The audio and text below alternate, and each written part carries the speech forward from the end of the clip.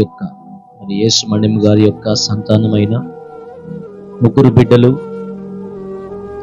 అల్లుళ్ళు, మనవ సంతానం ప్రభు చేత ప్రేరేపించబడి ఏర్పాటు చేయబడిన ఈ చక్కటి సమయాన్ని బట్టి, ఈ మంచి వాతావరణాన్ని బట్టి ప్రభుకు రెండు చేతులెత్తి స్తోత్రాలు చెల్లిద్దాం. స్తోత్రం, స్తోత్రం, స్తోత్రం, స్తోత్రం, స్తోత్రం.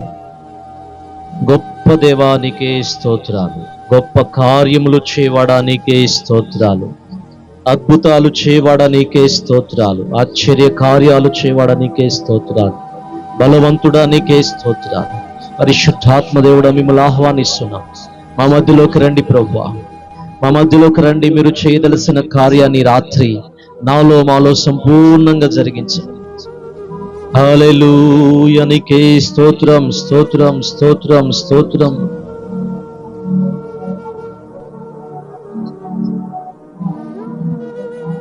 నివేదకి రాలేనని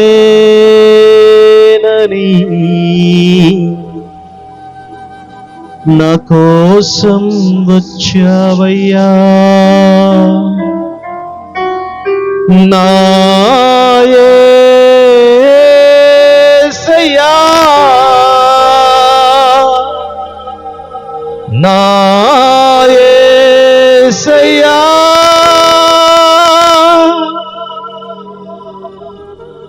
బంగారం అడగలేదు, వజ్రాలు అడగలేదు, హృదయాన్ని అడిగావయ్యా.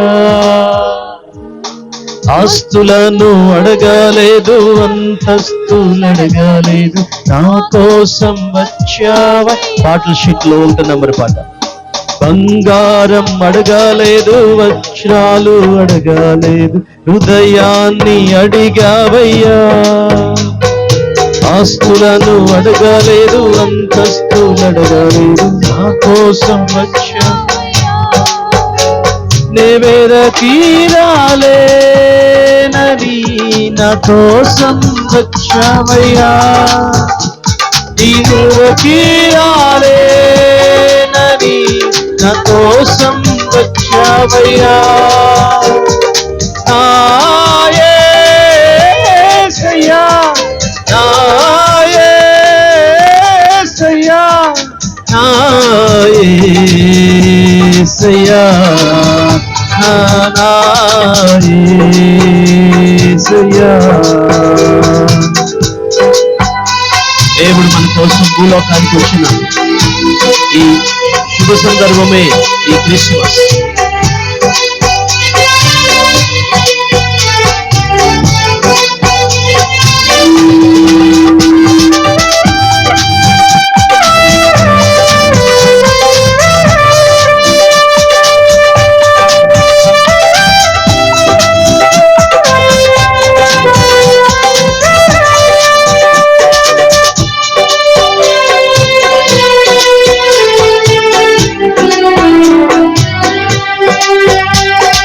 పాపాన్ని తొలగించి శాపాన్ని విడిచేయ భూలోకం వచ్చాడయ్యా. మనిషిని రక్షించి పరలోకమును చేర్చ సిలువను మోసాడయ్యా. కన్నీటిని తుడిచాడయ్యా, సంతోషాన్ని ఇచ్చాడయ్యా. నివేదకి రాలేనని నా కోసం వచ్చాడయ్యా. అందరూ చూడమా. కన్నీటిని తుడిచాడయ్యా, సంతోషాన్ని ఇచ్చాడయ్యా. నివేదకి రాలేనని నా కోసం వచ్చాడయ్యా. నా యేసయ్యా, నా యేసయ్యా, నా యేసయ్యా, నా యేసయ్యా, నా యేసయ్యా, నా యేసయ్యా, నా యేసయ్యా, నా యేసయ్యా. బంగారం అడగలేదు, వజ్రాలు అడగలేదు, హృదయాన్ని అడిగాడయ్యా. ఆస్తులను అడగలేదు, అంతస్తులు అడగలేదు, హృదయాన్ని అడిగాడయ్యా. మనుష్యులను చేశాడయ్యా, ఈ లోకాన్ని ఇచ్చాడయ్యా. నివేద తీరాలేనని నా కోసం వచ్చాడయ్యా. నా యేసయ్యా, నా యేసయ్యా, నా యేసయ్యా, నా యేసయ్యా, నా యేసయ్యా, నా యేసయ్యా, నా యేసయ్యా, నా యేసయ్యా. రక్షణను అందించి రక్తాన్ని చిందించి మోక్షాన్ని ఇచ్చాడయ్యా. ధనవంతులుగా మనలను చేయ దారిద్ర్యముందాడయ్యా. రక్షణను అందించి రక్తాన్ని చిందించి మోక్షాన్ని ఇచ్చాడయ్యా. ధనవంతులుగా మనలను చేయ దారిద్ర్యముందాడయ్యా. కన్నీటిని తుడిచాడయ్యా, సంతోషాన్ని ఇచ్చాడయ్యా. నివేద తీరాలేనని నా కోసం వచ్చాడయ్యా. నా యేసయ్యా, నా యేసయ్యా, నా యేసయ్యా, నా యేసయ్యా.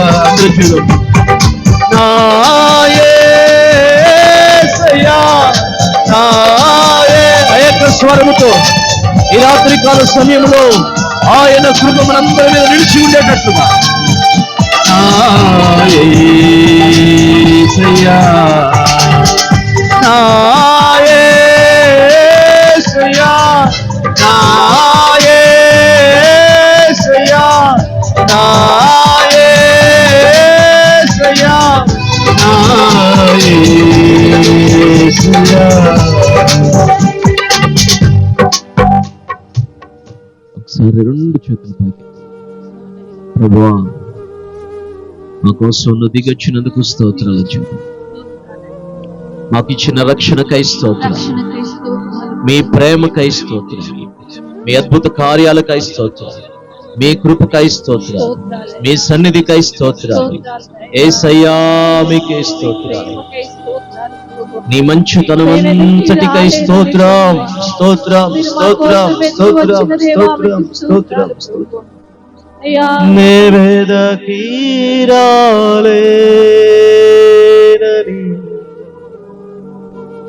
నా కోసం వచ్చావయ్యా. రెండు చేతులు పైకెత్తి చూద్దామా. నివేద తీరాలేనని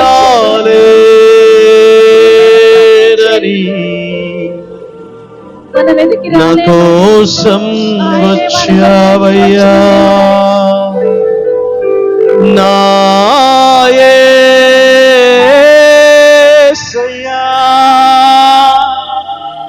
నా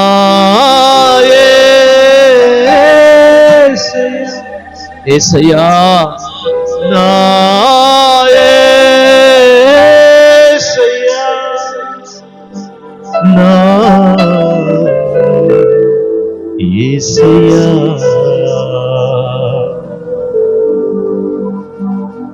నా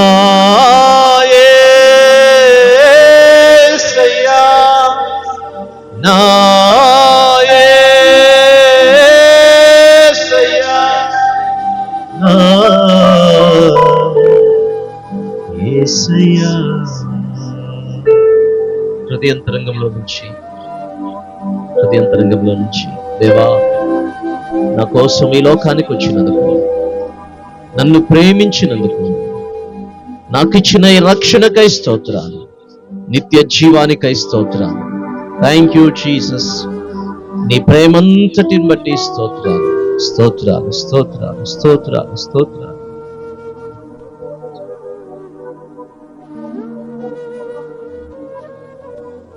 పరిశుద్ధుడా, గొప్ప తండ్రి, నీకే వెళ్ళలేని వందనాలు, స్తుతులు, స్తోత్రాలు చెల్లిస్తున్నామయ్యా. మేము వెతికి రాలేమని ప్రభువా, మా కొరకు వెతికి వచ్చిన దేవా మీకు స్తోత్రాలయ్యా. మేము ధనవంతులం అవ్వాలని మా కొరకు దరిద్రుడమైన దేవా మీకు స్తోత్రాలు. మాకు రక్షణ ఇవ్వడానికి రక్తాన్ని చిందించిన దేవా మీకు స్తోత్రాలయ్యా. నీ ప్రేమను బట్టి స్తుతిస్తున్నాం, నీ మితిలేని కనికరాన్ని బట్టి స్తుతిస్తున్నాం ప్రభు. అయ్యా, ఈ రాత్రి వేళ ప్రభు ఈ ప్రాంగణాన్ని మీ సన్నిధితో నింపండి, మీ ఆత్మతో నింపండి ప్రభు. చేరి వచ్చిన ప్రతి ఒక్కరితో మీరు మాట్లాడండి, యవన బిడ్డలతో మీరు మాట్లాడండి, ఈ శబ్ద యంత్రం ద్వారా వింటున్న వారితో మీరు మాట్లాడండి. మేము వెతికి రాలేమని మా కొరకు వచ్చిన దేవా, ప్రతి ఒక్కరి కొరకు మీరు వచ్చారని ప్రభువా గుర్తెరిగే కృపను మీరు దయచేయండి. ఇంతవరకు తోడుగా ఉండి నడిపించినందుకే స్తోత్రాలు. ముందున్న సమయాన్నంతటిని కూడా ప్రభా మీ స్వాధీనంలోకి తీసుకొని మీ ఆత్మ చేత నడిపించి మహిమ పొందుకోమని వేడుకుంటూ, సమస్త మహిమ ఘనత ప్రభావాలు కేవలం మీకు మాత్రమే చెల్లిస్తూ యేసు నామములో అడిగి వేడుకుని ప్రార్థన చేస్తూ ఉన్నాము తండ్రి, ఆమేన్. అందరం అలాగే బైబిల్ తెరిచి నిల్చొని దేవుని వాక్యాన్ని చదివిన తర్వాత కూర్చోండి. చూడండి, లూకాసు సువార్త 2వ అధ్యాయము 11, 12, 13, 14 వచనాలు చదువుదాం. లూకాసు సువార్త 2వ అధ్యాయము 11 నుండి 14 వచనం వరకు. లూకాసు సువార్త 2వ అధ్యాయం 11వ వచనం నుంచి చదువుకున్నాం. దావీదు పట్టణమందు నేడు రక్షకుడు మీ కొరకు పుట్టి ఉన్నాడు, ఈయన ప్రభు అయిన క్రీస్తు. దానికిదే మీ కానవాలు, ఒక శిశువు పొత్తిగుడ్డలతో చుట్టబడి తొట్టెలో పండుకొని ఉండుట మీరు చూచెదరు వారితో చెప్పెను. వెంటనే పరలోక సైన్య సమూహము ఆ దూతతో కూడా నుండి సర్వోన్నతమైన స్థలములలో దేవునికి మహిమయు, ఆయనకిష్టులైన మనుషులకు భూమి మీద సమాధానము కలుగును గాక అని దేవునికి స్తోత్రము చేయుచుండెను. దేవుడు ఈ వాక్యమును మన వినికిడిలో దీవించును గాక. ఆమేన్. దయచేసి కూర్చుందాం.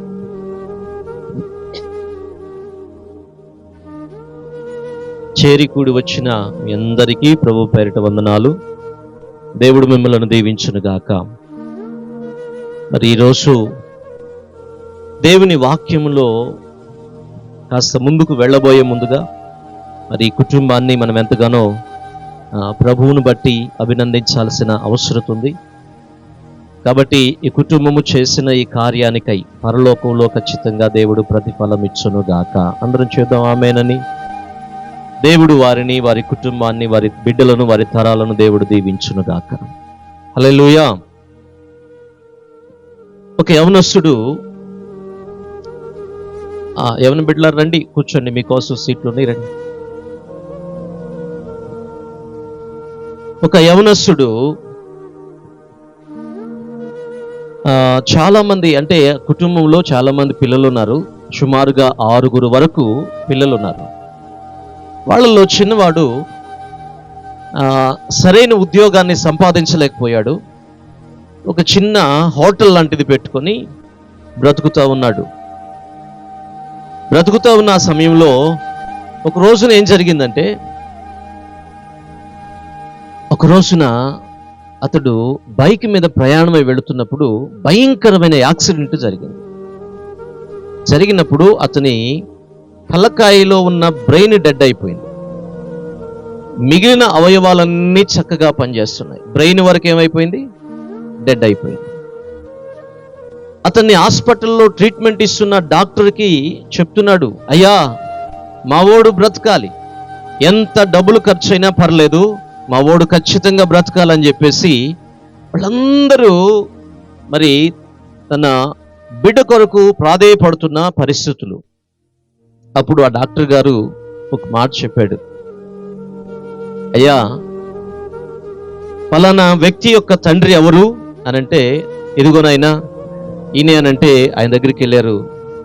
డాక్టర్ గారు చెప్తున్నాడు, అయ్యా నీ బిడ్డకి అన్ని అవయవాలు పనిచేస్తున్నాయి, కానీ బ్రెయిన్ మటుకి పనిచేయట్లేదు. ఎంత కాలం ఉన్నా మీ కుమారుడు ఇట్లా ఉండాల్సిందే, ఒక పని చేయండి అనంటే ఆయన అన్నాడు, అయ్యా నా బిడ్డను ఎట్టగైనా బ్రతికించండి అయ్యా, ఎలాగైనా బ్రతికించండి. నీ బిడ్డ బ్రతుకుతాడు, కానీ తన బ్రెయిన్ మటుకి చనిపోయింది. ఇప్పుడు బ్రతకాలంటే ఏం చేయాలంటే, అతని శరీరంలో ఉన్న 17 అవయవాలు పనిచేస్తున్నాయి. ఎన్ని అవయవాలండి? 17 అవయవాలు. 17 మంది అతని అవయవాల కోసం ఎదురు చూస్తూ ఉన్నారు. గుండె ఒకళ్ళకి, కళ్ళు ఒకళ్ళకి, ఇట్లాగా ఆ కిడ్నీలు, అవన్నీ అవయవాలు, 17 అవయవాలు చక్కగా ఉన్న యవనస్తుడు. దేవుని బిడ్డలారా, మీరు ఒక సంతకం పెడితే ఆ సంతకం ద్వారా ఈ అవయవాలన్నీ వాళ్ళకి ఇచ్చేస్తాం, ఆ అవయవాలు బ్రతుకుతాయి అని చెప్పాడు. అప్పుడు ఆయన ఏడ్చుకుంటూ తండ్రి ఒక మాట చెప్పాడు. ఏమనంటే, నా కుమారుడు బ్రతికినప్పుడు, అరే పనికి మాలోడా, నువ్వెవరికి ఉపయోగపడవురా అని చెప్పేసి నేను ఎప్పుడు అంటూ ఉండేవాడిని. కానీ వాడు చనిపోయిన తర్వాత వాడి అవయవాలు 17 మందికి ఉపయోగపడుతున్నాయి. సంతోషంగా వాడి అవయవాలన్నా తీసుకోమని చెప్పేసి ఆ లెటర్ మీద సైన్ పెట్టాడు. ఆ అవయవాలన్నీ దానం చేసేశారు. దేవునికి మహిమ కలుగును గాక. ఈరోజు నేను ఈ మాటలు మీకు ఎందుకు జ్ఞాపకం చేస్తున్నానంటే, ఒక్క మనిషి తన తండ్రి సంతకము ద్వారా 17 మందికి అవయవాలు బ్రతకటానికి దేవుడు కృప చూపించాడు. పరలోకమందున్న దేవుడు సంతకం పెట్టాడు కాబట్టి భూలోకంలో ఉన్న మానవాళ్ళందరూ రక్షించబడి పాపము నుండి విడుదల పొందటానికి, బ్రతకడానికి, నిత్య జీవాన్ని పొందటానికి ఆయన సంతకం చేశాడు. అదే క్రిస్మస్. క్రిస్మస్ యొక్క ముఖ్య ఉద్దేశం ఏంటంటే, యవ్వనుడైన యేసు ప్రభు ఈ లోకానికి వచ్చి, ఆ బాలుడుగా ఈ లోకానికి పుట్టి యవ్వన కాలంలో చనిపోతున్నారు. మనం పుట్టాలంటే, మనం పుట్టిన తర్వాత కానీ ఎవరికి పుట్టామో మనం అర్థం చేసుకోలేం పెరిగి పెద్దోళ్ళైన తర్వాత. కానీ యేసు ప్రభు ఏమై ఉన్నాడు అనంటే, ఆయన ఎక్కడ పుట్టాలో ముందుగా నిర్ణయించుకున్నాడు. యేసు ప్రభు ఏమై ఉన్నాడు అనంటే, ఆయన సర్వాధికారి అయిన దేవుడై ఉన్నాడు. ఆయన ఎక్కడ పుట్టాలి, ఎవరికి పుట్టాలి, ఏ ప్రాంతంలో పుట్టాలి, నువ్వు నేను నిర్ణయించుకోవడానికి మనకు అధికారం ఉందా? అవకాశం ఉందంటారా? ఒకవేళ అలాంటి అవకాశం ఉంటే మనం ఏమని కోరుకుంటామంటే, అనిల్ అంబానీ కొడుకును పుట్టాలనుకుంటాం. ఎందుకని చెప్పండి, అర్థమవుతుందా? ధనవంతుల ఇంటిలో పుట్టాలనుకుంటాం. కానీ యేసు ప్రభు ఒక సంతానము ద్వారా కన్యక గర్భము ధరించి ఈ లోకంలో పుడుతుంది. ముందుగానే ఒక రకంగా చెప్పాలంటే మన పుట్టుకకు యేసు ప్రభు పుట్టుకకు చాలా తేడా ఉంది. మనము పుట్టి ఎలా బ్రతకాలో, ఎలా నిత్యత్వాన్ని సాధించాలో అని మనం దాని కొరకు పుట్టాం. కానీ యేసు ప్రభు ఈ లోకానికి ఎందుకు పుట్టాడంటే, ఆయన చనిపోవటానికే పుట్టాడు. యేసు ప్రభు ఈ లోకానికి ఎందుకు పుట్టాడండి? ఆయన మరణ శాసనాన్ని రాసుకోనల్లా పుట్టాడు. యేసు ప్రభు ఈ లోకంలో ఆయన జీవిత గాథ ఒక ప్రత్యేకం. మీరు బైబిల్లో చూస్తే, మీరు చూడొద్దులే కానీ నేను చెప్తూ ఉంటాను, రాసుకునేవాళ్ళు రాసుకోండి, వినేవాళ్ళు జాగ్రత్తగా వినండి. ఆదికాండం 3:15 యేసు ప్రభు స్త్రీ సంతానము ద్వారా పుడతాడని చెప్పారు. సంఖ్యాకాండం 24 యేసు క్రీస్తు పుట్టినప్పుడు నక్షత్రము ఆకాశములో పుడుతుందని ప్రవచించబడింది. సుమారుగా ఇవి 4000 సంవత్సరాల క్రితము చెప్పబడిన ప్రవచనాలు. 1600 సంవత్సరాల క్రితం ఇదిగో ఈ నక్షత్రం ఆకాశములో, నక్షత్రము యాకోబులో నుండి ఉదయిస్తుందని చెప్పేసి ప్రవచించాడు బిలాము. 750 సంవత్సరాలకు సుమారుగా ఆ ప్రాంతంలో యెషయా భక్తుడు అంటాడు, ఇదిగో కన్యక గర్భవతి అయి కుమారుని కన్ను, ఆయనకి ఏమని పేరు పెడతారు? ఇమ్మానుయేలు. కన్యక గర్భవతి అయి కుమారుని కంటుంది. మనందరము పురుష సంతానము ద్వారా వస్తే, యేసు ప్రభు స్త్రీ సంతానం. అంటే పురుషుని ఎరగని ఒక ప్రత్యేకమైన కన్యకకు పుట్టిన ప్రభువు. అందుకని ఆయన జన్మలో కానీ, ఆయన జీవితంలో కానీ, ఆయన మరణంలో కానీ పాపం అనేది ఆయనలో లేనే లేదు, కనిపించదు. పరిశుద్ధుడు. ఈరోజు యేసు ప్రభు ఈ లోకానికి రావడానికి గల ఒక ప్రత్యేకత ఏంటి, కారణం ఏంటి అనంటే, ఆయన మానవుల యొక్క పాపములన్నిటినీ ఆయన తీసివేయడానికి ఈ లోకానికి రావాలి. ఎందుకంటే ఒక శాసనము రాశాడు. ఏంటి? దేవుడు తానే రాసుకున్న శాసనం, తానే కలువరి శిలువలో బలియాగం అవ్వాల్సిన శాసనమై ఉన్నది. పాత నిబంధన శాసనము నెరవేర్చబడాలి అంటే, అది సంపూర్ణం చేయబడాలంటే యేసు క్రీస్తు ప్రభు ఈ లోకానికి వచ్చి ఆ శాసనాన్ని తానే నెరవేర్చాలి. తానే ఆ శాసనాన్ని నెరవేర్చి ఆయన సమాధి చేయబడ్డాలి, తిరిగి 3వ దినాన పునరుద్ధానుడై కూడా లేవాలి. అందుకనే యేసు ప్రభు పుట్టుకలో ఉన్న ఒక ప్రత్యేకం. ఈరోజు యేసు ప్రభు ఈ లోకానికి వచ్చినది ఎందుకు అనంటే, ప్రవచనాలు నెరవేర్చడానికి మాత్రమే కాదు కానీ మనుషులను రక్షించటానికి. అందుకనే యేసు ప్రభు పుట్టాడు అని మనం వింటాం. పుట్టాడు అనంటే మన భాష మనకు అర్థం కావాలి కదా. ఆయన వాస్తవంగా పుట్టాడు. మరి పుట్టక మునుపెక్కడున్నాడు? దేవుడు అంటే ఆది అంతము లేనివాడై ఉండాలి. దేవుడు అంటే ఆది అంతము లేనివాడై ఉండాలి. కాబట్టి యేసుక్రీస్తు పుట్టక మునుపు కూడా ఉన్నాడా అనే ప్రశ్నకు ఆదికాండం 1:1, యోహాను సువార్త 1:1 ఆది యందు దేవుడు వాక్యమై ఉండెను, వాక్యము దేవుని యొద్ద ఉండెను, ఆ వాక్యము దేవుడై ఉండెను. 14వ అంటాడు, ఆ వాక్యము శరీరధారి అయి కృపా సత్య సంపూర్ణుడుగా మన మధ్యలో నివసించెను. అంటే శరీరము తీసుకోక మునుపు, యేసుక్రీస్తు మానవుడిగా ఈ లోకములో పుట్టక మునుపు ఆయన వాక్యమై ఉన్న దేవుడు, ఆయన ఉన్నవాడు. ఆయన ఏదో 2000 సంవత్సరాల క్రితం వచ్చిన ఆయన కాదు. ఆయనంతక ముందే ఉన్నవాడు, ఆది నుండి ఉన్నవాడు ఆయన.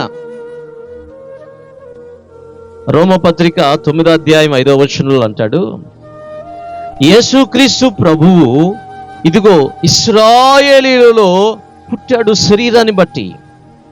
ఈయన సర్వాధికారి అయిన దేవుడు.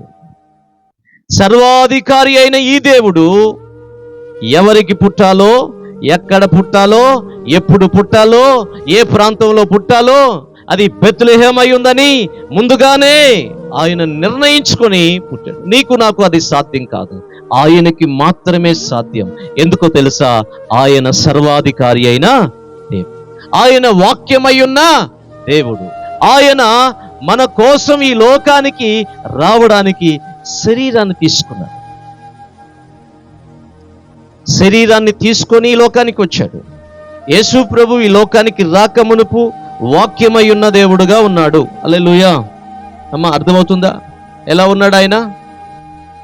ఆయన ఆత్మస్వరూపి, వాక్యమై ఉన్నవాడు, సమీపించరాని తేజస్సులో అమరత్వము కలిగి నివసించగలిగిన వాడు. ఆయన సర్వశక్తిమంతుడు, సర్వాధికారము కలిగిన వాడు, సర్వవ్యాపి, అన్ని స్థలాలలో అన్ని సమయాలలో ఉండగలిగిన వాడు. ఆయన సర్వజ్ఞాని అయి ఉన్నాడు. ఆయన అంతటా అన్ని ఎరిగిన వాడై ఉన్నాడు. కానీ మానవుడిగా వచ్చిన తర్వాత ఇవన్నిటిని విడిచిపెట్టి రావాల్సి వచ్చింది. ఆయన అన్నిటిని విడిచిపెట్టి రావాల్సి వచ్చింది. ఆయన దేవదూతలతో నిత్యము స్తుతించబడవలసిన ఆయన ఎందుకు అన్నిటిని విడిచిపెట్టి రావాల్సి వచ్చిందంటే, తండ్రి వేదనను చూడలేక కుమారుడు నేను వెళ్తానంటున్నాడు. మానవుల్ని రక్షించాలనేదే తండ్రి యొక్క దృక్పథం. ఆదాము పాపం చేసి పడిపోయి పతనమైపోయి సాతాను మాట విని అవిధేయత చూపించి అవిశ్వాసంలోకి వెళ్ళి మానవుడు పతనమైపోయాడు. మానవుడు అక్కడ నుండి తన జీవితాన్ని పాడు చేసుకున్నాడు. ఇప్పుడు ఆ పడిపోయిన మానవుణ్ణి క్రీస్తు ద్వారా తిరిగి కట్టాలి అనేది దేవుని సంకల్పానికి ఆమోదముద్ర వేశాడు క్రీస్తు. అందుకనే నేను వెళ్తాను, నన్ను పంపించయ్యా అన్నాడు. అందుకనే ఆయనకి ఏమని పేరంటే ఈ లోకంలోకి వచ్చిన తర్వాత ఆయనకి దేవుని కుమారుడు. చెప్పండి ఏం పేరు? దేవుని కుమారుడు. ఆయనకి మరొక పేరు కూడా ఉంది, మానవ కుమారుడు. మరియకు పుట్టాడు, మరి కన్యకకు పుట్టాడు కాబట్టి ఆయన మనిషికి పుట్టాడు కాబట్టి మనిషి కుమారుడయ్యాడు. దేవుని దగ్గర నుంచి వచ్చాడు కాబట్టి ఆయన దేవుని కుమారుడయ్యాడు. అందుకనే ఈ మానవుడు చేతిని పట్టుకొని అటు దేవుని చేతిని పట్టుకొని సంధి చేయటానికి ఆయన యోగ్యుడయ్యాడు. ఆయన మధ్యవర్తి అయ్యాడు. ఆయన సమాధానపరచగలిగిన వాడై ఉన్నాడు. దేవుని బిడ్డలారా, మీరు ఆలోచన చేయండి. యేసు ప్రభు ఈ లోకానికి పుట్టినప్పుడు, ఈ లోకంలో పుట్టినప్పుడు నేను ముగ్గురు వ్యక్తుల గురించి నేను మీకు జ్ఞాపకం చేస్తాను.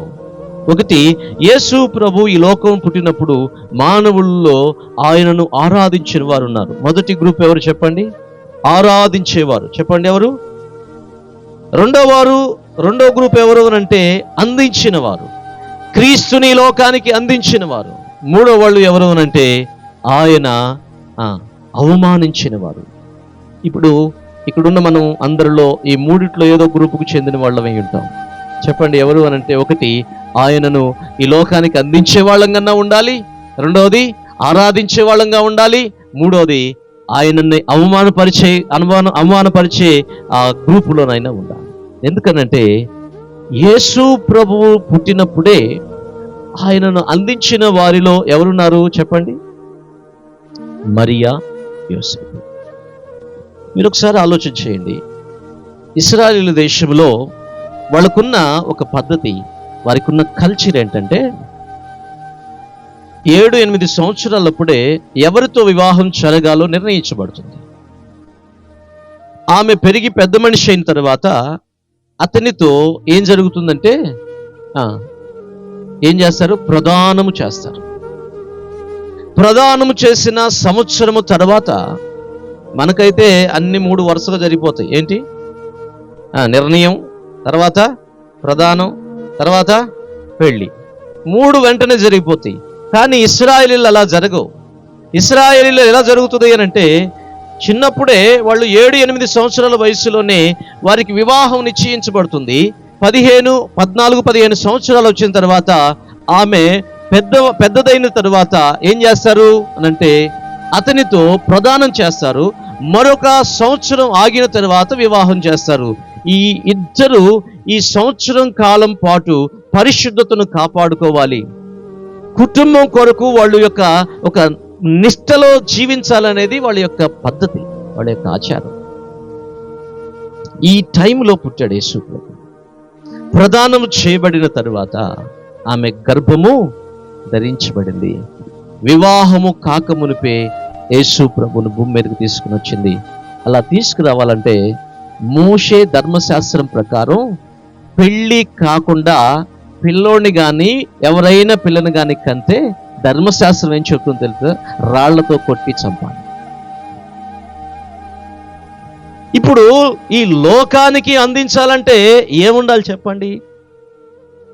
ఏముండాలి? త్యాగం ఉండాలి. ఏముండాలి చెప్పండి? యేసు ప్రభువుని లోకానికి అందించాలి అంటే ఏముండాలి? త్యాగం ఉండాలి. ఆమె పరిశుద్ధాత్మ ద్వారా కృప పొందినది. నన్ను ఎవరు ఏమనుకున్నా పర్లేదు, నన్ను ఎవరు ఏం చేసినా ఇబ్బంది లేదు అని త్యాగం ఉంటుంది. మీరు ఆ స్థితిలోని చూడండి. సుమారుగా అప్పుడు యేసేపు వయసు ఎంత ఉండుంది? ఈమెకు 15 సంవత్సరాలు అనుకోండి. ఆయనకి ఎంత ఉండదు? 3 సంవత్సరాలు పెద్దోడు అనుకోండి. 18 సంవత్సరాలు ఉంటుంది సుమారుగా. అతడు నీతిమంతుడయ్యుండి ఆమెను రహస్యముగా విడనాడాలని ఏం చేశాడు అనుకొని ఆయన ఆమెను విడిచిపెట్టేసి వెళ్ళిపోదాం అనుకుంటున్న సమయంలో దేవదూత వచ్చి చెప్తుంది, యోసేపు, ఇదిగో మరియా పరిశుద్ధాత్మ వలన గర్భం. ఇప్పుడు యోసేపు ఆమెను చేర్చుకోవడానికి ఎంత త్యాగం కావాలి? నేను అంటాను, అలా త్యాగముతో ఉన్నవారు మాత్రమే లోకానికి క్రీస్తుని అందించగలరు. ఆ త్యాగపూరితమైన జీవితాన్ని జీవించగలిగిన వాళ్ళే యేసు ప్రభువుని లోకానికి ఈ లోకంలో దేవుని బిడ్డలారా మీరు ఆలోచించేయండి, క్రీస్తుని నీ కుటుంబానికి నువ్వు అందించాలంటే నువ్వు ఒక త్యాగం చేయాలి. క్రీస్తుని నీ ఊరికి అందించాలంటే నువ్వు ఒక త్యాగం చేయాలి. క్రీస్తుని అందించాలి అంటే నీవు కృప పొందాలి, నీవు పరిశుద్ధాత్మను పొందాలి, నీవు క్రీస్తును మోసే వ్యక్తిగా మారాలి. క్రీస్తు భారము కలిగిన వ్యక్తిగా మనం మారితే తప్ప మనం క్రీస్తుని లోకానికి అందించలేము. నెంబర్ 1. రెండవ వ్యక్తులు ఎవరు అనంటే ఆరాధించే వ్యక్తులు. చెప్పండి, రెండవ వ్యక్తులు ఎవరు ఆరాధించారు? ఇప్పుడు చదివిన వాక్య భాగంలో ఏమండి, ఎవరు ఆరాధించారు? గొర్రెల కాపరులు.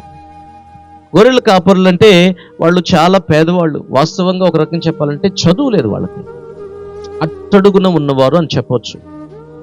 గొర్రెల కాపరులు అంటే మనకి ఈ లోకంలో మన భారతదేశంలో అర్థం చేసుకునేది ఏంటంటే గొల్లలు అనుకుంటాం, కానీ ఆ రోజుల్లో వాళ్ళు యూదులు గొర్రెలు కాసుకునేవాళ్ళు. గొర్రెల కాపరులు వాళ్ళు చదువు లేని వాళ్ళు. వాళ్ళకి దేవదూత వచ్చి చెప్తుంది, ఇదిగో ఒక శిశువు పొత్తిగుడ్డలతో చుట్టబడి ఆయన పశువుల తొట్టిలో పొరుండబెట్టబడి ఉండటం మీరు చూస్తారు. ఆరాధించడానికి వెళ్ళారు దేవుని బిడ్డలారా. మత్తయి సువార్త 2వ అధ్యాయంలో మీరు తర్వాత చదువుకోండి. మత్తయి సువార్త 2వ అధ్యాయంలో జ్ఞానులు ఆరాధించారు. లూకా సువార్త 2వ అధ్యాయంలోనే ఏమన్నా గొర్రెల కాపరులు ఆరాధిస్తే, మత్తయి సువార్త 2వ అధ్యాయంలో ఎవరు ఆరాధించారు? Highly intellectual fellows. వాళ్ళు చాలా జ్ఞానం కలిగిన వాళ్ళు, విద్యావంతులు. వాళ్ళకు దేవదూత చెప్పలేదు, ఆకాశములో నక్షత్రాన్ని చూసి యేసు పుట్టాడని ఎరిగి వాళ్ళు యేసు ప్రభుని ఆరాధించడానికి వచ్చారు. దేవునికి స్తోత్రం చెప్పండి ఒకసారి. ఈరోజు సుమారుగా 220 దేశాలలో ఆల్మోస్ట్ 200 దేశాలకు పైగా యేసు ప్రభుని ఆరాధిస్తున్న దినాలివి. మునుకులైపోయి ఆరాధిస్తున్నారు. దేవునికి స్తోత్రం. ఆ ఆరాధన ఎలా ఉండాలి అంటే యేసు ప్రభుకి మహిమ తెచ్చే ఆరాధనగా ఉండాలి, యేసు ప్రభుని గణపరిచే ఆరాధనగా ఉండాలి. దేవుని బిడ్డలారా, ఎలా వాళ్ళు ఆరాధించారు? కేక్ ఏమైనా తీసుకుని వెళ్ళారా? ఏమ్మా, కేక్ తీసుకెళ్ళారా యేసు ప్రభు దగ్గరికి? ఏం తీసుకెళ్లారు? వాళ్ళు సామ్రాణి, బంగారము, బోళము తీసుకుని వెళ్ళి యేసు ప్రభుని ఆరాధిస్తున్నారు. బంగారము ఆయన ఒక రాజు అని తెలియజేస్తుంది. ఈ ఆరాధించడానికి వెళ్ళిన వాడు ఏమని ఆరాధిస్తున్నారు తెలుసా? మీకు ఒక మాట చెప్తాను, జాగ్రత్తగా వినండి. ఈ జ్ఞానులు సుమారుగా వాళ్ళ వయసులు ఎంత ఉంటాయో తెలుసా? సుమారుగా 50 సంవత్సరాలు పైబడే. ఈ పుట్టిన యేసు ప్రభు వయసు ఎంత ఉండిద్ది? 1 సంవత్సరం. జ్ఞానులు వెళ్ళే తల్లికి 1 సంవత్సరం అనుకోండి. పశువుల కాపరులు ఏమన్నా వెంటనే వెళ్ళి చూశారు, దేవదూత చెప్పింది కాబట్టి, వీళ్ళని నక్షత్రము నడిపిస్తుంది కాబట్టి వాళ్ళు వచ్చేసే తల్లికి వాళ్ళు ఆయన కొంచెం పెరిగి పెద్దోడాడు, 1 సంవత్సరం పిల్లోడు. ఇప్పుడు సంవత్సరం పిల్లోడిని వీళ్ళు ఆరాధిస్తున్నారు. వాస్తవంగా ఎవరిని ఆరాధించాలి? లెక్క అయితే చాలా మంది అనుకుంటారు మరియమ్మని ఆరాధించవచ్చు కదా. మరియమ్మ ఒక సాధనం, ఆమె ఒక మానవ మాతృరాలే మాత్రమే. ఆమె దేవత కాదు. ఆమె ఆరాధించటానికి దేవుడు దేవత యోగ్యమైన స్థానము ఆమెకి లేనేలేదు. కేవలం ఒక పరిశుద్ధాత్మ చేత నింపబడి త్యాగపూరితమైన ఒక మానవురాలు. మీరు గుర్తుంచుకోండి, యేసు ప్రభువుని ఆ పెద్దలు ఏం చేస్తున్నారు? నువ్వు రాజు అని ఆరాధిస్తున్నావు. అమ్మా, బంగారం దేనికి సాదృశ్యం చెప్పండి? బంగారము ఆయన రాజు. మరి సామ్రాణి దేన్ని చూపిస్తుందంటే ఆయన ఒక యాజకుడు, బోళము దేనిని సూచిస్తుందంటే ఆయన చనిపోతాడు. బోళము చనిపోయిన వ్యక్తిని భద్రపరచటానికి ఉపయోగించే ఒక సాధనం బోళం. అంటే ఆయన శరీరమును తీసుకుని లోకానికి వచ్చిన ఒక రాజు, ఆయన యాజకుడుగా ఏం చేస్తాడు అంటే సర్వ మానవాళి కోసం యాజకత్వం చేసి తానే బలిగా అర్పణగా మారి నిరంతర యాజకుడుగా మార్చబడతాడు ఆయనే. అందుకనే ఆయన ఒక యాజకుడు. అంత మాత్రమే కాదు, ఆయన చనిపోతాడు. ఎలా చనిపోతాడు అనంటే ఒక వదకు తేబడిన గొర్రె పిల్లగా చనిపోతాడు. ఆయనను బోళముతో కప్పి సమాధిలో పెడతారు. వాళ్ళ ఆరాధనలో ఉన్నది ఇదంతా. మీరు ఆలోచించేయండి, ఆరాధించేటప్పుడు మనం యేసు ప్రభు పుట్టుకను మాత్రమే ఆరాధించే వ్యక్తులు కాదు, యేసు ప్రభు మరణాన్ని కూడా ఆరాధిస్తాం. యేసు ప్రభు సమాధిని కూడా మనం జ్ఞాపకం చేసుకుంటాం. యేసు ప్రభు పునరుద్ధానాన్ని కూడా మనము జ్ఞాపకం చేసుకుంటాం. యేసు ప్రభు రాబోతున్నాడు, రాజులకు రాజుగా ప్రభువులకు ప్రభువుగా ఆయన తిరిగి రాబోతున్నాడు. దేవుని బిడ్డలారా, ఒకసారి మనం ఆలోచన చేయాల్సిన అవసరత. రాత్రి మనం ఇక్కడ కూడుకున్నాం, యేసు ప్రభువుని మనం ఆరాధించే గుంపులో ఉన్నామా? యేసు ప్రభువుని లోకానికి అందించే గుంపులో ఉన్నామా? మూడో గుంపు యేసు ప్రభువుని అవమానించే గుంపు. యేసు ప్రభువుని అవమానించే గుంపు. దేవుని బిడ్డలారా, ఆ రోజుల్లో హేరోదు ఉన్నాడు. ఆ రోజుల్లో మరి గొర్రెల కాపరులు, అయ్యా ఇదిగో క్రీస్తు పుట్టాడు అని ఆ పశువుల పాకలో ఉన్న ఆ పశువుల అధికారి ఉన్నాడు.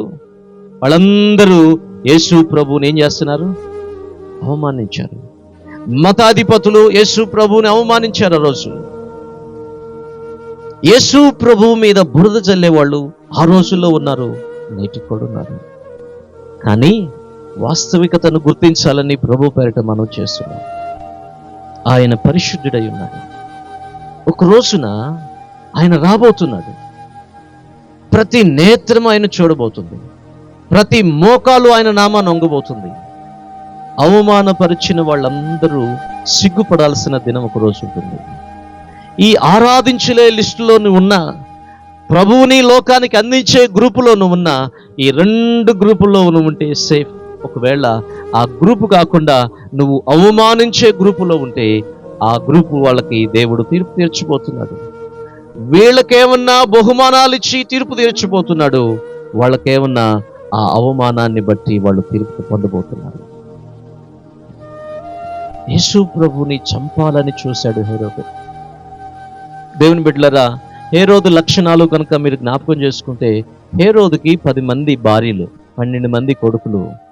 హేరోదుకి పదవి కాంక్ష. ఎదోమీయుడు, అతడు ఎదోము సంతానం అంటే ఏశావు సంతానం. ఆ సంతానములో నుండి వచ్చిన అతనికి పదవి అంటే చాలా ఇష్టం. ఆ పదవిని కాపాడుకోవడానికి ఆయన వేసిన ప్రయత్నం ఏంటో తెలుసా? ఇదిగో యూదుల రాజుగా పుట్టాడు అని జ్ఞానులు ఎప్పుడైతే చెప్పాడో, నేను కదా యూదులకు రాజునని కలవరం పుట్టి, ఆ యూదుల రాజు ఎక్కడున్నాడు నాకు కూడా చెప్పండి, నేను కూడా వచ్చి ఆరాధిస్తానని కుతంత్రం చేశాడు. ఆయన చంపితే పని అయిపోద్ది అనుకున్నాడు. కానీ దేవదూత యేసు ప్రభు నడిపిస్తూ యేసేపుతో మరియతో మాట్లాడుతూ, మీరు ఎక్కడికి వెళ్ళాలి? ఇప్పుడు ఐగుప్తుకు వెళ్ళాలి. అందుకనే నేను నా కుమారుని ఐగుప్తులో నుండి పిలిచానని వాగ్దానం నెరవేర్చబడాలి. హేరోదు ఏం చేశాడు అంటే, అతని వయసు ఎంత ఉండిద్దనంటే సుమారుగా 1 సంవత్సరం పైన. ఈ జ్ఞానులు చెప్పిన మాట విని, ఇదిగో అక్కడ ఆ ధర్మశాస్త్రాన్ని పరిశీలించిన పరిశీలకులు, జ్ఞానవంతుల మాట విని వాళ్ళందరూ ఏం చేశారు తెలుసా? 2 సంవత్సరాల లోపులున్న పిల్లలందరినీ ఏం చేయమన్నారు? చంపేయమన్నారు. కానీ యేసు ప్రభు ఈ లోకంలో ఆయన తప్పించబడ్డాడు. అందుకనే రామాలో అంగలార్పు వినబడెను అనే ప్రవచనం నెరవేర్చబడింది. ఈరోజు మనం అర్థం చేసుకోవాల్సిందంటే, యేసు ప్రభు ఎక్కడ పుట్టాలో, ఎప్పుడు పుట్టాలో, ఎలా పుట్టాలో ఆయన మరణ శాసనాన్ని ఆయనే రాసుకొని పుట్టాడండి. గొల్గొతా కొండలో పస్కా పండుగ నాడు ఆయన చనిపోతాడు. ఆ చనిపోయిన దినం అది శుభ శుక్రవారం అవుతుంది. ఆయన 3వ దినాన ఆయన లెగుస్తాడు. 3వ దినాన లేచి ఆయన ఇదిగో పరలోక రాజ్యానికి ద్వారం తెరుస్తాడు. ఆయన రక్తం అంతా చిందించాలి. ఎందుకంటే ఆయన రక్తము చిందించటం ద్వారా ఆ రక్తమే మనకు విమోచన క్రయధనముగా మార్చబడుతుంది. దేవుని బిడ్డలారా, ఈరోజు మనం ఆలోచించాలి, యేసు ప్రభు ఎందుకు ఈ లోకానికి వచ్చాడు? ఎందుకు ఈ లోకానికి వచ్చాడంటే, మనము ఆర్భాటించి పండుగలు చేసుకుంటామని ఈ లోకానికి రాలేదు, నిన్ను నన్ను రక్షించడానికి వచ్చాడు. యేసు ప్రభు ఎందుకు వచ్చాడో లోకభక్తుడు 19:10 అంటాడు, ఇదిగో నశించిన దానిని వెదకి రక్షించుటకు మనుష్య కుమారుడి లోకానికి వచ్చాడు. నిన్ను నన్ను రక్షించడానికి వచ్చాడు, నిన్ను నన్ను విమోచించటానికి వచ్చాడు. మనమందరం ఇదిగో ఆదాము ద్వారా వచ్చిన పాపములో నుండి మనము విడుదల పొందడానికి వచ్చాం. ఆ విడుదల ఎలా పొందుతామనంటే, యేసు ప్రభువును అంగీకరించటం ద్వారా, యేసు ప్రభు రక్తములో మన ప్రతి పాపాన్ని కడుక్కోవటం ద్వారా, యేసు క్రీస్తు ప్రభువని నీ హృదయమందు విశ్వాసముంచి నోటితో ఒప్పుకొనుట ద్వారా మనము యేసు క్రీస్తు ద్వారా పరలోక రాజ్యానికి యోగ్యులం అవుతాం. దేవుని బిడ్డలారా, ఈరోజు మనం కాస్త ఆలోచించాల్సింది ఏంటంటే, యేసు ప్రభు ఈ లోకానికి రావటాన్ని బట్టి మనందరం రక్షించబడతాం. ఆమేన్. ఒకసారి ఒక చిన్న పిల్లోడు చీమలు వెళతా ఉన్నాయి, ఒక ఎద్దుల బండి అట్టుకుండా వెళతా ఉంటే ఎద్దుల బండి తొక్కిద్దామని చీమలు వెళుతున్న మార్గంలో ఏం చేశాడంటే చేయి అడ్డం పెట్టాడు. చీమలు పైకెక్కేసి కుట్టేసినాయి, బాగా బొబ్బులు వచ్చేసినాయి. ఇంటికి వెళ్ళి వాళ్ళ అమ్మతో చెప్తున్నాడు, మమ్మీ ఇదిగో చీమలు ఇదిగో ఆ బండి కింద పడి చచ్చిపోతాయని నేను చేయడం పెడితే అవి నన్ను కుట్టినాయి. నేను వాటిని రక్షించాలని వస్తే అవి ఏం చేసినాయి? నన్ను గాయపరిచినాయి. చూడు ఇవన్నీ బొబ్బలని ఏడుస్తూ చెప్పాడంట. అప్పుడు వాళ్ళ అమ్మన్నదంట, అయ్యా నువ్వు చీమలను రక్షించాలి అంటే చీమల్లో చీమగా మారితే తప్ప నీ భాష వాళ్ళకి అర్థం కాదు. యేసు ప్రభు ఎందుకు మానవుడిగా రావాలి అని అంటే, ఆయన మనిషిగా వస్తేనే తప్ప నీవు నేను అర్థం చేసుకోలేం. నిత్య రాజ్యానికి వారసులం కాలేం, నిత్య జీవాన్ని పొందటానికి యోగ్యులము కాలేం. దేవుని బిడలారా, ఈరోజు కాస్త ఆలోచించండి. యేసు ప్రభు అక్కడ ఉండి ఆయన సమస్తాన్ని నిర్వహించాలనుకోవట్లేదు, ఆయనే సృష్టిలోకి రావాలనుకున్నాడు. ఆ సృష్టిలోకి అడుగుపెట్టిన రోజే క్రిస్మస్. ఈ క్రిస్మస్ అని అంటే అర్థం ఏంటి అంటే, క్రైస్ట్ మాస్, క్రీస్తుని ఆరాధించటం. చెప్పండి ఏంటి? క్రీస్తుని ఆరాధించటం. క్రీస్తుని ఆరాధించటమే క్రిస్మస్. అందుకనే ప్రపంచమంతటా క్రీస్తుని ఆరాధించటానికి చాలా తనమునకులైపోయి ఆరాధిస్తున్నారు. కొంతమంది తెలిసి ఆరాధిస్తున్నారు, కొంతమంది తెలియక ఆరాధిస్తున్నారు. ఆచారంగా ఆరాధించే వాళ్ళు ఉన్నారు, ఆత్మీయంగా ఆరాధించే వాళ్ళు ఉన్నారు. ఆత్మీయంగా ఆరాధిస్తే మనము ఇదిగో ఆరాధించే వారి గుంపులోకి మనం చేర్చబడతాం. ఆరాధించుతున్న మనము నిజముగా ఆత్మతో సత్యముతో ఆరాధించగలిగిన వాళ్ళమైతే మనము లోకానికి క్రీస్తుని అందించే వాళ్ళగా మార్చబడతాం. దేవునికి స్తోత్రం చెప్పండి. హల్లెలూయా. ఆయన మనలను వెదకి రక్షించాడు, ఆయనే భూలోకానికి వచ్చాడు. చంద్రమండలం మీద కాలు పెట్టిన ఒక శాస్త్రవేత్త భూమి మీదకి వచ్చిన తర్వాత అందరూ ఇంటర్వ్యూ చేస్తా ఉన్నారు, అయ్యా చంద్రుడి మీద నువ్వు కాలు పెట్టావు, హౌ ఈజ్ యువర్ ఎక్స్పీరియన్స్, నీ యొక్క అనుభవం ఎలా ఉందని కాలు పెట్టే వాళ్ళని అడిగితే ఆయన అన్నాడు, ఒకటే అన్నాడు, ఏంటి అనంటే, నేను చంద్రమండలం మీద కాలు పెట్టడం గొప్ప కాదు, కానీ దేవాతి దేవుడు మానవుడిగా భూమి మీద కాలు పెట్టడం గొప్ప విషయం అని చెప్పాడు. దేవునికి స్తోత్రం. యేసు ప్రభు ఈ లోకానికి కాలు పెట్టడం గొప్ప భాగ్యం.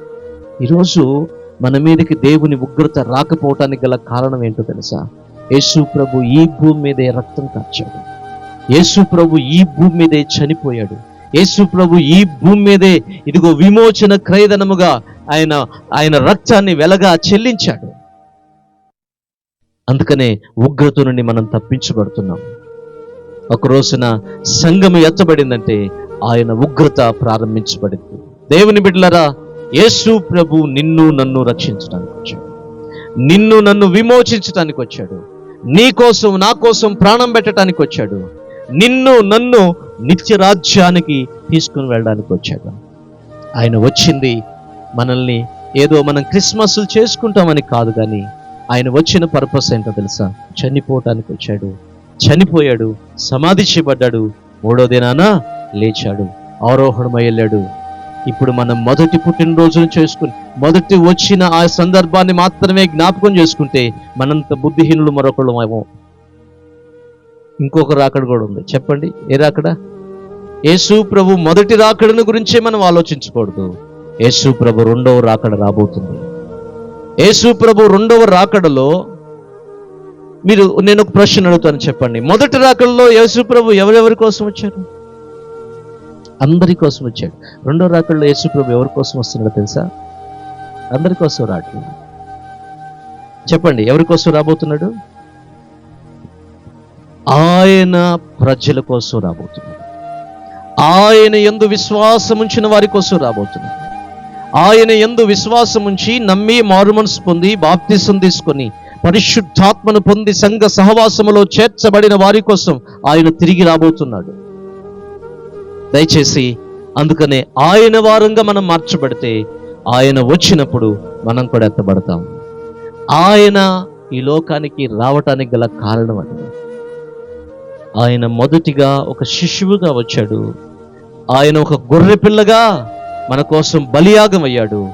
కానీ ఈసారి ఆయన ఎలా రాబోతున్నాడంటే ఒక రాజుగా, యోధా కొదమ సింహముగా రాబోతున్నాడు.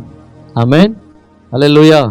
కాబట్టి ఆయన రాకడ కొరకు మనల్ని మనం సిద్ధంగా చేసుకున్నాం. ఈరోజు ఒక కథ చెప్తాను. ఒక పండితుడు, చాలా జ్ఞానం కలిగిన పండితుడు. ఆ పండితుడు ఒక ప్రాంతంలో ఉన్న ప్రజలు, అయ్యా నీ పాండిత్యం వలన మేము చాలా ఆశీర్వదించబడ్డాం, కాబట్టి నీకు ఇదిగో బహుమానం, సన్మానం చేయాలనుకుంటున్నాం అని పిలిచాడు. ఆ ప్రాంతం నుంచి ఇంకో ప్రాంతానికి వెళ్ళాలంటే ఒక పడవలో వెళ్ళాలంట. పడవలో వెళ్తా ఉన్నప్పుడు ఈ పడవలు నడుపుతున్న వాడిని అడిగాడంట, అయ్యా అయ్యగారు దేని కొరకు మీరు వెళ్తున్నారో, బాగా ఆనందంగా ఉన్నారని అంటే, అబ్బాయి నాకు ఇదిగో నా జ్ఞానాన్ని బట్టి నాకు సన్మానం చేస్తున్నారు అవతల ఊరు వాళ్ళు. నేను ముహూర్తం పెట్టకపోతే వాళ్ళు ఏమీ చేయలేరు, కాబట్టి నేను చాలా జ్ఞానవంతుడని వాళ్ళు గ్రహించి ఏం చేస్తున్నారు, నాకు ఘన సన్మానం, గండపిండారం దొరకబోతున్నాడని చెప్పాడట. ఇప్పుడు ఈ పడవ నడుపుతున్న వాడిని ఈ జ్ఞానం కలిగిన వాడు అడుగుతున్నాడంట, ఏమై నీకు ఖగోళ శాస్త్రం ఏమన్నా తెలుసా అని అడిగాడంట. ఏ శాస్త్రం అండి అంటే? ఆకాశంలో నక్షత్రాలు, సూర్యుడు, చంద్రుడు, ఈ ఖగోళ శాస్త్రం గురించి నీకేమైనా తెలుసు అంటే, అయ్యగారు నాకేం తెలుసు అని, ఖగోళ శాస్త్రం నాకు తెలియదండి. అప్పుడు అన్నాడంట పండితుడు, నీ జీవితంలో పావు భాగం వేస్ట్ అయిపోయింది అన్నాడు. పానులేమో పావు భాగం ఉన్నది అనుకున్నాడు ఈయన. మళ్ళీ అన్నాడంట, నీకు విజ్ఞాన శాస్త్రం తెలుసంటాయి అన్నాడంట. విజ్ఞాన శాస్త్రం తెలియదు బాబు అన్నాడంట. అట్టయితే నీ జీవితంలో అరభాగం వేస్ట్ అన్నాడంట. వామ్మో, ఇంక అరభాగమే ఉందా అని అనుకున్నాడంట. నీకు గణిత శాస్త్రం తెలుసా అని అడిగాడంట. గణిత శాస్త్రం కూడా తెలియదయ్యా. అప్పుడు నీ జీవితంలో ముప్పావు వేస్ట్ అన్నాడు. అయ్యగారు ఐదు తెలుసు ఇది తెలుసు అని అంటున్నారు, నేను ఒక మాట చెప్తాను, నీకు ఈత శాస్త్రం తెలుసు అయ్యా అని అడిగాడంట. చెప్పండి ఏ శాస్త్రం? అప్పటికి బాగా ఉప్పునొస్తుందంట. ఉప్పునొస్తా ఉంది. ఈ పడవను నడపలేకపోతున్నాడు. నీళ్లు ఆ పడవను ఏం చేస్తున్నాయి, అటు ఇటు కొడుతున్నాయి. ఆయన అన్నాడంట, అయ్యగారు ఎన్ని శాస్త్రాలు తెలిసిన, ఇప్పుడు కావాల్సింది ఒకే ఒక శాస్త్రం అయ్యగారు, ఈత శాస్త్రం తెలిస్తేనే మనం బతికి బయటపడతామని చెప్పేసి గవికిని దూగాడట. ఒరే ఒరే ఒరే ఒరే అనే లోపల ఏమైపోయింది, మునిగిపోయింది. నేను ఈరోజు ఈ కథ మనకేమి నేర్పిస్తుందో తెలుసా? నీవు ఎంత గొప్పవాడవైనా, ఎన్ని శాస్త్రాలు తెలిసినా, ఎంత జ్ఞానం ఉన్నా, నీకు ఒక శాస్త్రం తెలవాలి. ఏంటి అంటే, ఈ లోకాన్ని దాటి పరలోకానికి వెళ్ళే శాస్త్రం నీకు తెలవాలి. అందుకని యేసు ప్రభు అంటున్నాడు, నేనే మార్గమును, సత్యమును, జీవమును, నా ద్వారా తప్ప ఎవ్వడు పరలోకంలో తండ్రి వద్దకు చేర్చబడలేడు. ఒకే ఒక్క శాస్త్రం ఈ లోకంలో నీకు తెలుసుంటే నిత్య జీవాన్ని పొందుతావు. ఆ శాస్త్రం ఏంటో తెలుసా? క్రీస్తుని గురించిన వార్త. క్రీస్తుని గురించిన వార్త నీకు తెలియాలి. ఆయన నీ కోసం ఎందుకు వచ్చాడో నీకు తెలియాలి. నీవు గ్రహించగలగాలి. నీవు నీ హృదయంలో ఒక తీర్మానం చేసుకోవాలి. ఈరోజు అనుకూలమైన సమయం. ఇది దేవుడు నీ కోసం ఇచ్చిన సమయమేమో. దేవుని బిడ్డలారా, యవన బిడ్డలారా, నిన్ను ప్రేమించి ఈ ప్రాంత ప్రజలు ఇదిగో యవనస్సుల కొరకు ఈ ఏర్పాట్లు చేశారు. మనం ఎక్కడుండాలో, ఏం చేయాలో మనం అనుకుంటే జరగదు, దేవుడు అనుకుంటేనే జరుగుతుంది. మనం అనుకున్నది ఏది జరగదు. దేవుని నిర్ణయంలోనికి, దేవుని చిత్తంలోనికి నువ్వు గనక, నేను గనక వస్తే మనకు జరుగుతుంది. నీకెన్ని శాస్త్రాలు తెలిసినా దేవుని కృప నీకు లేకపోతే నిత్యత్వాన్ని నువ్వు పొందలేవు. యేసుని గురించిన నీకు క్షుణ్ణమైన అవగాహన లేకపోతే నీవు అవతల ఒడ్డుకు చేర్చబడలేవు. ఈ లోకంలో 60 ఏళ్ళు 70 ఏళ్ళు బ్రతుకుతాం అంతే. అసలైన జీవితం ఎక్కడుందో తెలుసా? మరణం తర్వాతే ఉంది. చాలా మందికి తెలియదు. మనం అనుకుంటాం ఈ 60 ఏళ్ళు 70 ఏళ్ళు అనుకుంటాం. లేదండి, ఇది టెంపరరీ. ఇక్కడ మనం సరిచేయబడితే, ఇక్కడ మన జీవితాన్ని కాపాడుకోగలిగితే మనం నిరంతరం ఉండే రాజ్యంలోనికి ప్రవేశిస్తాం. ఆ నిత్య రాజ్యం ఇవ్వటానికి యేసు ప్రభు ఈ లోకానికి వచ్చాడు. దానికి ఒకే ఒక్క ఆలోచన ఏంటో తెలుసా? యేసు క్రీస్తు చనిపోయాడు, సమాధి చేయబడ్డాడు, తిరిగి శరీర పునరుద్ధానము చెందాడు. మనము కూడా క్రీస్తునందున్న వారమైతే, క్రీస్తునందు లేకపోయినా కూడా మనం కూడా శరీర పునరుద్ధానం చెందుతాం. అయితే క్రీస్తునందున్న వారు పరలోకంలో నిత్యత్వంలో ఉంటారు, క్రీస్తునందు లేని వారు నిత్య నరకంలో ఉంటారు. కానీ ప్రభువు నువ్వు నరకంలో ఉండాలని కాదు. అసలు నరకం దేనికోసం దేవుడు సృష్టించాడు అనంటే, సాతానుడు వాడి దూతల కోసం సృష్టించాడు. ఈరోజు మానవుడు అది గ్రహించక సాతానుడు మాట విని ఇదిగో అవమానించే వారి లిస్టులో ఉండి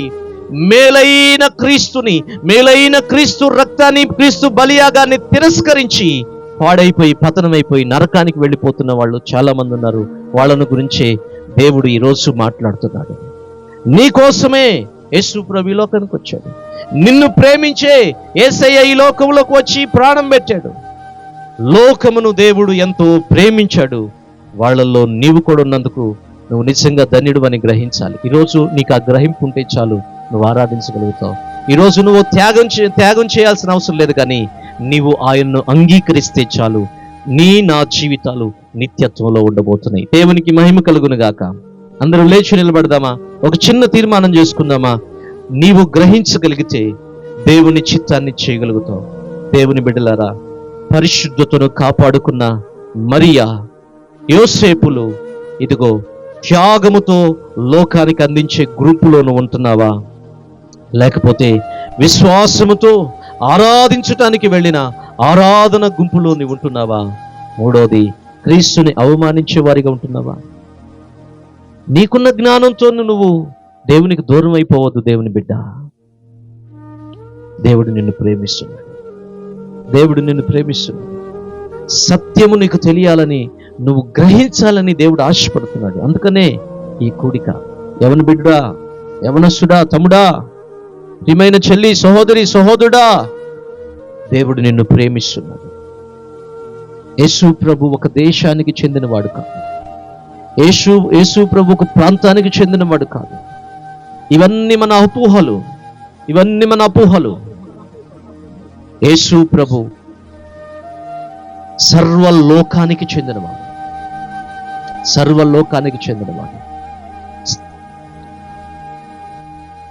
సమస్తమైన మానవుల కోసం ఆయన వచ్చాడు. అందరి కోసం వచ్చాడు ఆయన. పర్టికులర్గా ఒక ప్రాంతం వారి కోసం వచ్చాడని కాదు, అందరి కోసం వచ్చాడు. అందుకనే బైబిల్లో మనం చూస్తాం, ప్రజలందరికీ కలగబోవు మహా సంతోషకరమైన స్వార్థబాణం, దావీదు పట్టణమందు నేడు రక్షకుడు మీ కొరకు పుట్టి ఉన్నాడు. ఈయన ప్రభువైన క్రీస్తు. ఈరోజు మనం అడుగుదామా? ఒక చిన్న తీర్మానం చేసుకో. దేవుని బిడ్డలారా, ఒక చిన్న తీర్మానం చేసుకోండి. అయ్యా, నేను అందించే వారిలో ఉంటాను, ఆరాధించే వారిలో ఉంటాను, అవమానించే వారిలో ఉండవు. ఈరోజు క్రైస్తవులే ఆచారాలకు వెళ్ళిపోయి క్రీస్తుని అవమానపరుస్తున్నారు. ఎలా ఆరాధించాలో అర్థం కాని పరిస్థితుల మధ్యలో మనము ముందుకు వెళ్ళిపోకుండా ప్రభువుని ఆరాధించే వ్యక్తులుగా మనం మార్చబడదుముగాక. హల్లెలూయా. యేసయ్యా, నీకే స్తోత్రాలు, నీకే వందనాలు, నీకే స్తోత్రాలు. నివేదకి రాలేనని నా కోసం వచ్చావయ్యా. నా యేసయ్యా, నా యేసయ్యా, నా యేసయ్యా, నా యేసయ్యా. బంగారం అడగాలేదు, వజ్రాలు అడగాలేదు, హృదయాన్ని అడిగాడయ్యా. ఆస్తులను అడగాలేదు, అంతస్తులు అడగాలేదు, నీ కోసం వచ్చాడయ్యా. మనుషులను చేశాడయ్యా, నీ కోసం వచ్చాడయ్యా. నివేదకి రాలేనని నా కోసం వచ్చావయ్యా. అందరం చూద్దామా? గ్రహించగలిగిన వాళ్ళందరూ, ఇక్కడున్న వాళ్ళందరినీ దేవుడు పిలుస్తున్నాడు. ఇక్కడున్న వాళ్ళందరినీ దేవుడు ప్రేమించాడు. యేసయ్య నీ కోసం వచ్చాడు, నీ కోసం వచ్చాడు. ఆయన వాక్యమై ఉన్న దేవుడు, సర్వాధికారి అయి ఉన్న దేవుడు. ఆయన ఈ లోకానికి వచ్చి అనేకమైన అద్భుతాలు చేశాడు. The greatest miracle in this world. ఆయన కలువరి శిలువలో తన ప్రేమంతను నీ కోసం చూపించటం. ఆయన సమాధిలో లేడు, సమాధిని జయించిన వాడాయన, మరణాన్ని జయించిన వాడాయన. ఆయన యందు విశ్వాసం ఉంచితే నీవు కూడా మరణాన్ని జయిస్తావు. చిన్న ప్రార్థన చేద్దాం. పరిశుద్ధుడు అయిన మా తండ్రి, సర్వాధికారి అయిన దేవా, కృప కలిగిన తండ్రి, నీ కొందనాలు స్తోత్రాలు చెల్లిస్తున్నాను. ఈ రాత్రికాల సమయంలో ఇక్కడ చేరిన ప్రతి ఒక్కరిని బట్టి నిన్ను స్తుతిస్తూ నీ కృపకు అప్పగించుకుంటూ, అయ్యా మా ప్రియులందరూ నీ నామ మహిమ కొరకు ప్రభువా, ఇదిగో యేసుపాదం గారు, యేసుమణిమ గారు, వారి సంతానమైన ముగ్గురు బిడ్డలు ప్రభువా, ఇదిగో నాయన యవన బిడ్డలను, యవనస్సులు రక్షించబడాలని, క్రీస్తుని గురించి మూలోపదేశం తెలుసుకోవాలని ఉద్దేశంతో ఏర్పాటు చేయబడిన ఈ క్రిస్మస్ ఆరాధనను బట్టి మీకు స్తుతులు, స్తోత్రాలు, వందనాలు చెల్లిస్తూ వారిని, వారి కుటుంబాన్ని సంపూర్ణంగా మీరు దీవించండి. చేరువచ్చిన మనుషులందరినీ మీరు ఆశీర్వదించండి. మేమందరము నాయన క్రీస్తుని ఆరాధించే వారిగా మార్చమని ప్రార్థన చేస్తాం. ఈ క్రిస్మస్ దినాలు మా అందరికి దీవెనకరంగా చేసి నడిపించమని, నీ కృపా సమృద్ధికిచ్చి నడిపించమని యేసు క్రీస్తు పరిశుద్ధమైన నామములో వాక్యమన్న ప్రతి ఒక్కరిని ఇదిగో నీ కృపకు అప్పగించుకొని వారి హృదయాలలో, అంతరంగాలలో పనిచేస్తున్నందుకు వందనాలు చెల్లిస్తూ క్రీస్తు పేరట ఈ మనములు వేడుకొని పొందుకొని ప్రార్థన చేస్తున్నాము తండ్రి, ఆమేన్. తండ్రి అయిన దేవుని ప్రేమ, కుమారుడైన యేసయ్య కృప, పరిశుద్ధాత్మని యొక్క నిత్యమైన సన్నిధి, సమాధానం ఇక్కడ చేరిన మనకును సకల పరిశుద్ధులకును సదాకాలము తోడయుండి నడిపించునుగాక. ఆమేన్.